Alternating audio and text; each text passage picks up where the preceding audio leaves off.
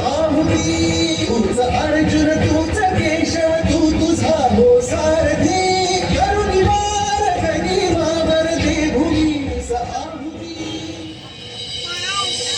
एकटे नेतृत्व कधीच साम्राज्य उभे करू शकत नाही.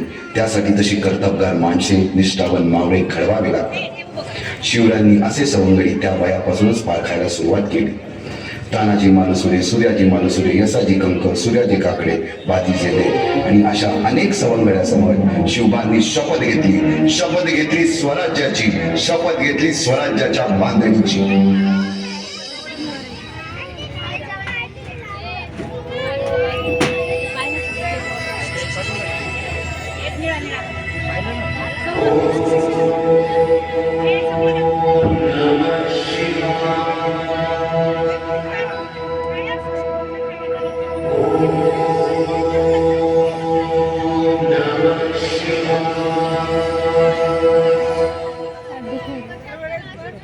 आम्ही मराठे यवनांची पीडा नष्ट करण्यासाठी हिंदवी स्वराज्य स्थापन करीत आहोत. यवनांची पीडा नष्ट करण्यासाठी हिंदवी स्वराज्य स्थापन करीत आहोत. राष्ट्रभावनेने संघटन करून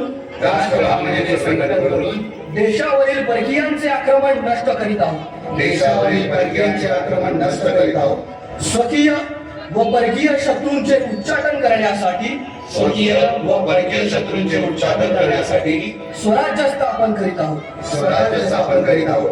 यात तू आम्हास यश द्यावे. यात तू आम्हास यश द्यावे. हे राज्य व्हावे, हे राज्य व्हावे, ही तर श्रींची इच्छा. इतर श्रींची इच्छा. रायरेश्वरासमोर शपथ घेतली आणि स्वराज्याची गोडदोड सुरू झाली. तोरणा किल्ला घेऊन स्वराज्याचे तोरण बांधले. पुढे मुरुंब देवाचा डोंगर, कुवारी गड, सुभान मंगल, कोंडाणा, शिरवळचा किल्ला, पुरंदर आणि 12 मावळ स्वतंत्र झाला. पुढे राजांनी पराक्रमाने जावळी देखील घेतली. परंतु त्यानंतर स्वराज्यावर ओढवले भले मोठे संकट. ते संकट म्हणजे अफजल खान.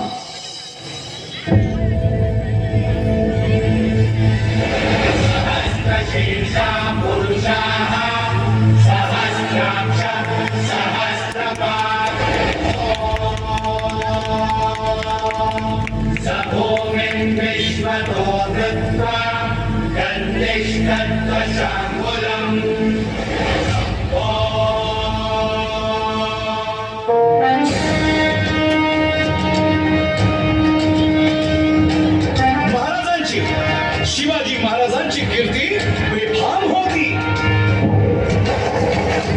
महाराजांची कीर्ती बेफाम, भोल्याभाल्यांना फुटला घाम. याला कोण घालील यस्सेने दरबारी कुस्ती बेगम.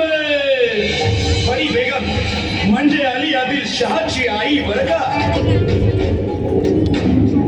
नजर येतात तिच्या अंगार, दरबार झाला गपगार.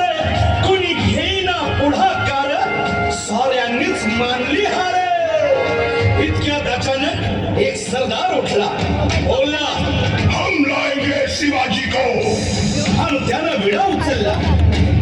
नाव त्याचं अफजल खान. या नाव त्याचं अफजल खान. जिथं जगत जन्मू सहिताने. कान बोलला छाती ठोकून, शिवबाला टाकतो चिरडून.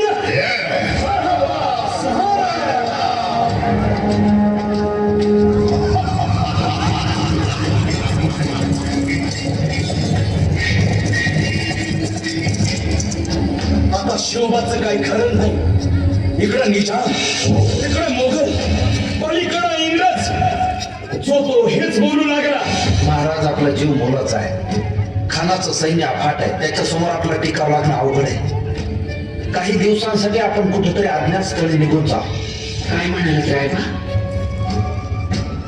मासाहेब, आम्हाला आमच्या जीवाची पर्वा नाही. राजांचा जीव वाचणं गरजेचं आहे.